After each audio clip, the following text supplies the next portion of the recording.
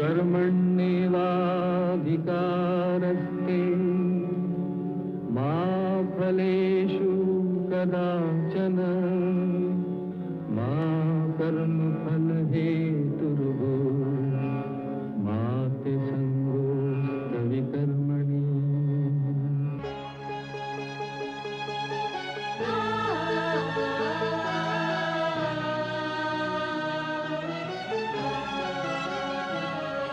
ये औरत है कुदरत का अनमोल तोहफा, ये ममता का सागर, मोहब्बत का दरिया है। हर नस्ल हर देश पर कर्ज इसका बनाया गया, त्याग को फर्ज इसका।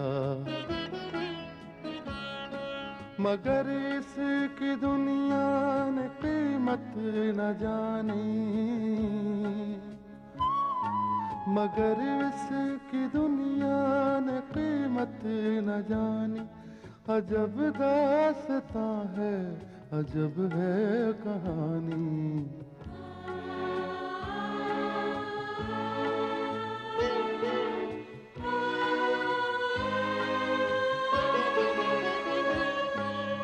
परदेसी भूरे महाराज को बताता है कि ठाकुराइन जल्दी ही हवेली वापस आने वाली है।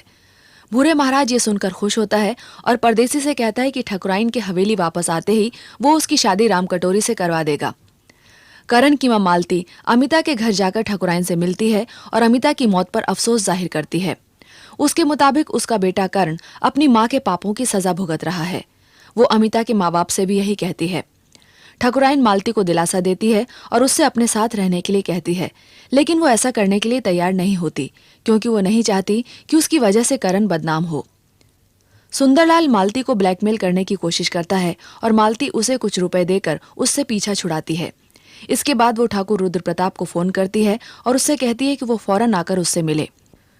जब वो आने के लिए तैयार नहीं होता तो वो उससे कहती है कि इस हालत में उसे हवेली जाना पड़ेगा और ये कहकर फोन रख देती है। अब आगे। मैं ठाकुर साहब से मिलना चाहती हूँ। घर में हैं? हैं। आप बैठिए, हम उनको खबर करते हैं। नहीं रहने दो, इसकी कोई जरूरत नहीं। मैं खुद ही जाता हूँ।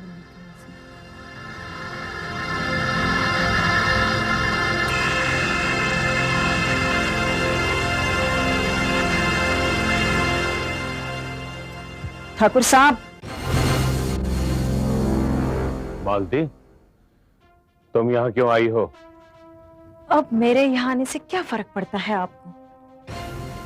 हवेली में तो कोई भी नहीं है जो मेरे साथ आपको देखकर आप पर उंगली उठाए। मैं पूछता हूँ आखिर तुम यहाँ आई क्यों हो? एक हादसे की खबर सुनकर आई हूँ।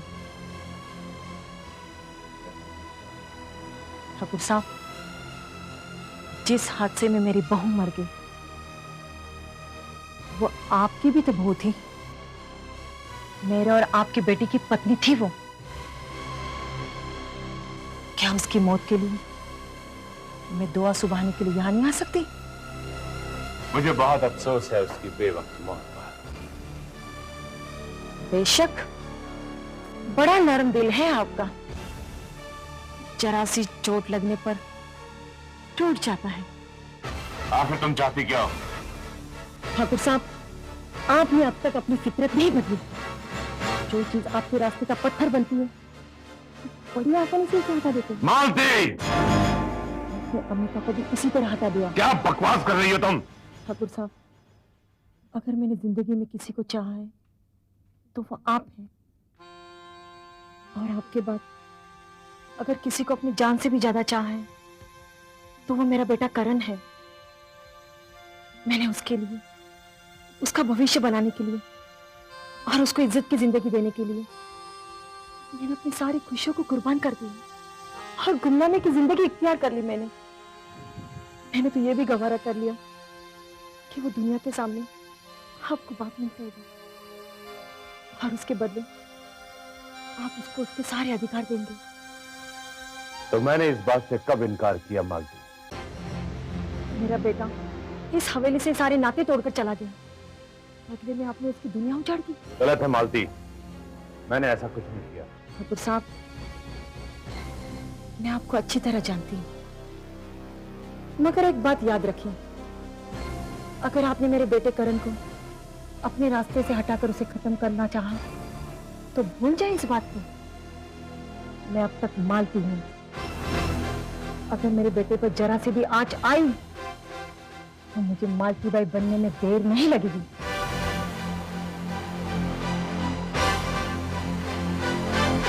और हाँ, अगर तुमने मेरी गोद उजाड़ने की कोशिश की, तो मैं तुम्हारा सब कुछ उजाड़ दूंगी।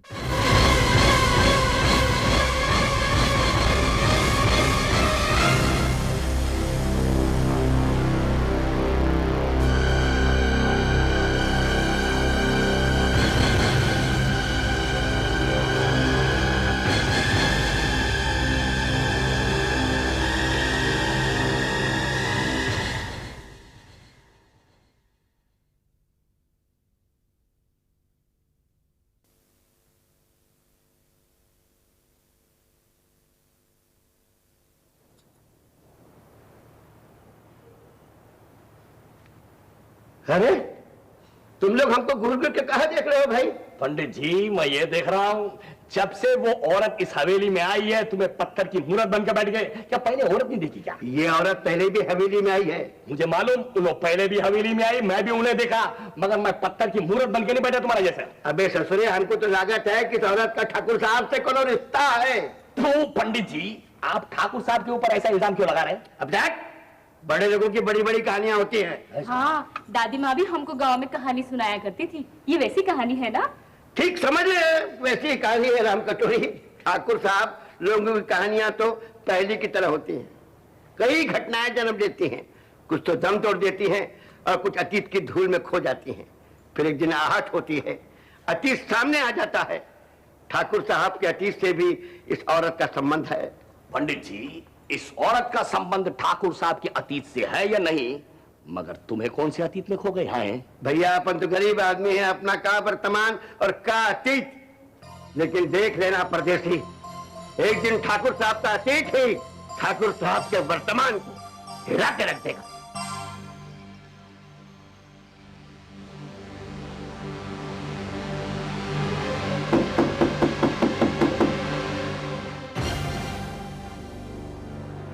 नमस्ते। किसे मिलना? मैं आपसे मिलने आया हूँ।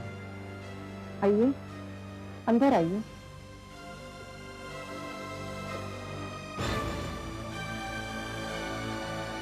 क्या काम था मुझसे? शायद आपने मुझे पहचाना नहीं। जिस जगह तुम आए हो, वहां लोग अपनी पहचान नहीं बताते, और ना ही यहाँ आने वाले की पहचान जानने की जरूरत पड़ती है। कहिए, किस लिए आए हो? आप हवेली क्यों आई थी? मुझे काम था ठाकुर साहब से। मैं यही जानने आया हूँ कि क्या काम था ठाकुर साहब के साथ। यहाँ आने की तकलीफ क्यों थी तुम्हें? वही रख के मुझसे पूछ लेते। अगर वही पूछ लेता तो तुम्हारी असलियत कैसे मालूम होती मुझे?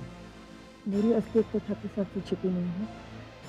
मैं सिर्फ इतना जानना चाहता हूँ कि तुम्हारे क्या संबंध थे मेरे बाबूजी के साथ। देखो बेटे, हवेली और कोठों के बड़े गहरे संबंध होते हैं। कई राज होते हैं जो इन हवेली की बुनियादों में दफन कर दिए जाते हैं, और वैसे ही राज इन कोठों की बुनियादों में दफन रहते हैं। मैं इन दफन किए राजों को जानना चाहता हूँ। राज खुल जाने से सच्चाई सामने आ जाती है, और कभी कभी सच्चाई बड़ी भयानक होती है, क्योंकि इन सच्चाई में जुर्म ही लिपटे होते हैं। अगर सच्चाई जानने की कोशिश करोगे तो जुर्म ही सामने आ जाएगा। बेटा, मेरा मशवरा है, तुम यहाँ से चले जाओ। अगर ज्यादा जानने की कोशिश करोगे तो तुम्हारे अतीत से भी पर्दा हट जाएगा और नंगा हो जाएगा तुम्हारा अतीत, और हो सकता है तुम्हारे चेहरे पर भी जुर्म के निशान दिखाई देने पड़े। बेटा, दूसरों के गिरेबान में झांकने से पहले अपनी गिरेबान में झांक कर देखो। जाओ ठाकुर, इस बाजार में तुम्हें किसी ने देख लिया कि कई ऐसे सवाल उभर आए जिसका जवाब देना मेरे लिए नहीं, तुम्हारे लिए मुश्किल हो जाएगा। और ये भी याद रखो, तुम मेरे बारे में जानने की कोशिश कर रहे हो, लेकिन मैं तुम्हारे बारे में बहुत कुछ जानती हूँ। मैं तो गुनहगार हूँ, लेकिन हवेली में रहने वाले के दामन पर भी गुनाहों का दाग है। तुम भी हवेली में रहते हो, तुम्हारा दामन भी गुनाह से पाक नहीं है। तुम जा सकते हो।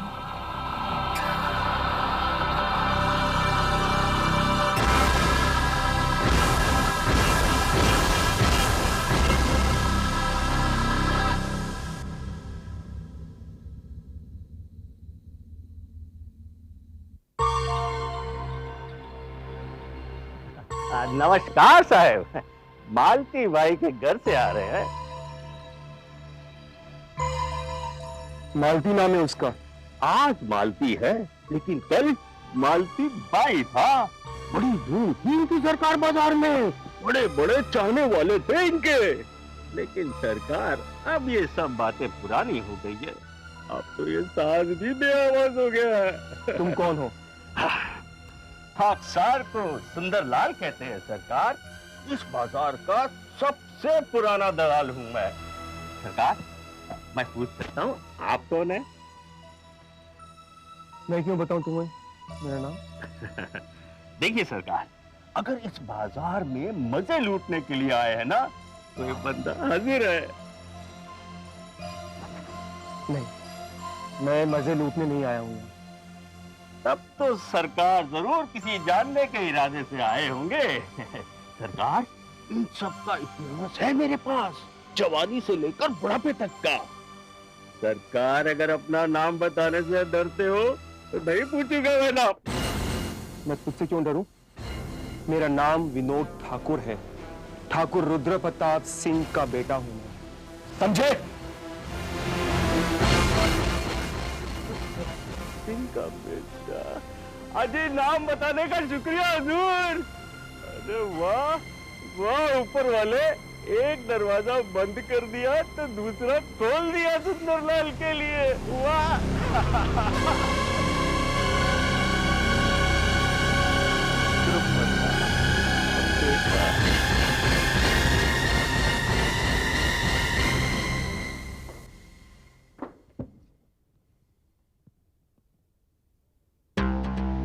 क्या बात है विनोद बेटे, बड़े गुस्से में नजर आ रहे हो। क्या किसी से कोई झगड़ा हुआ है? बाबूजी, मैं आपसे कुछ पूछना चाहता हूँ। पूछो। ये मालती बाई कौन है? मालती बाई? हाँ बाबूजी, मालती बाई।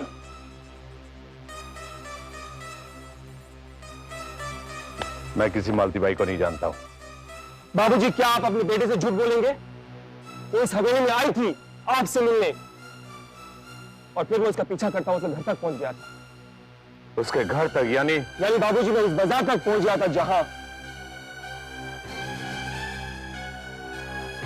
मैं उसे पूछने गया था कि आखिर आपका रिश्ता क्या है उसके साथ। तो क्या कहा उसने? वो बात को टाल गई बाबूजी, उसने मुझे कुछ भी बताने से इनकार कर दिया।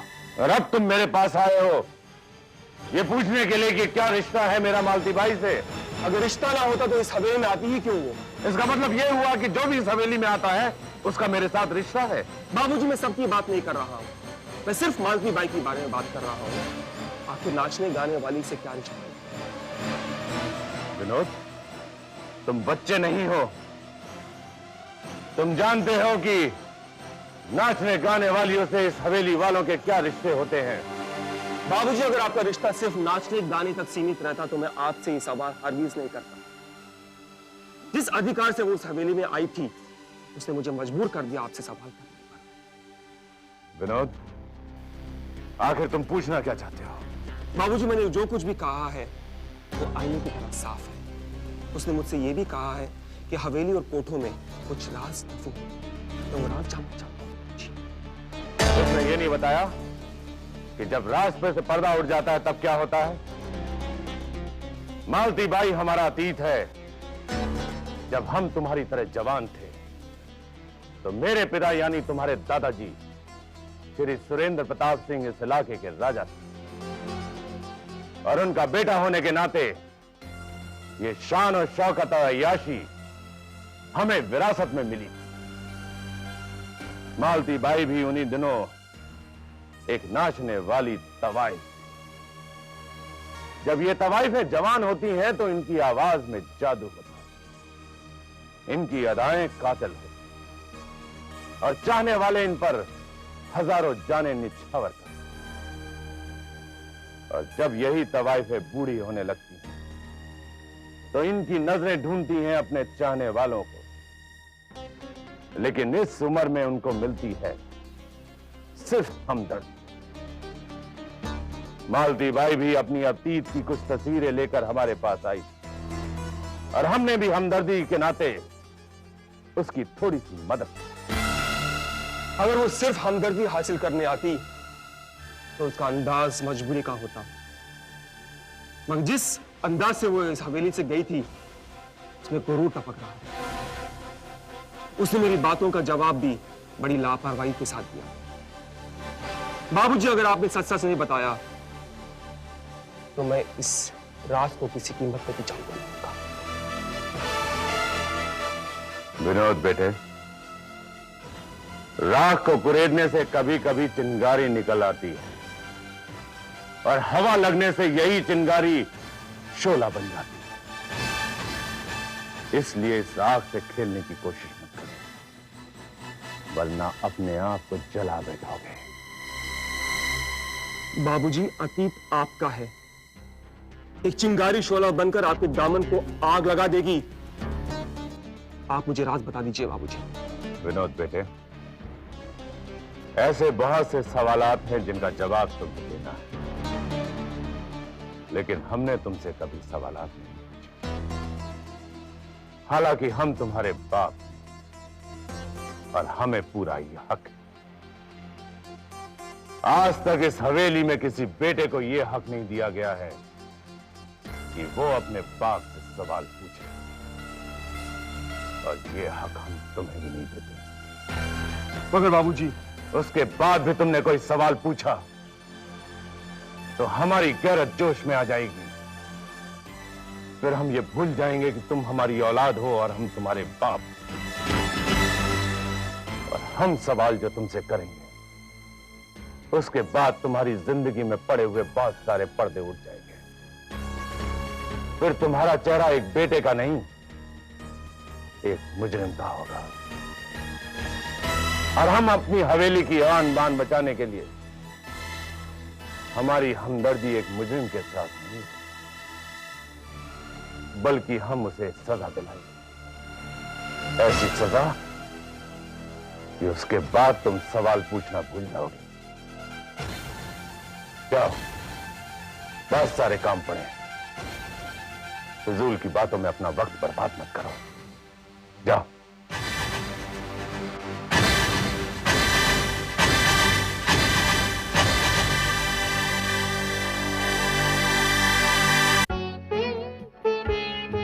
है दुनिया में इंसाफ की ये निशानी, अजब दास्तां है, अजब है कहानी।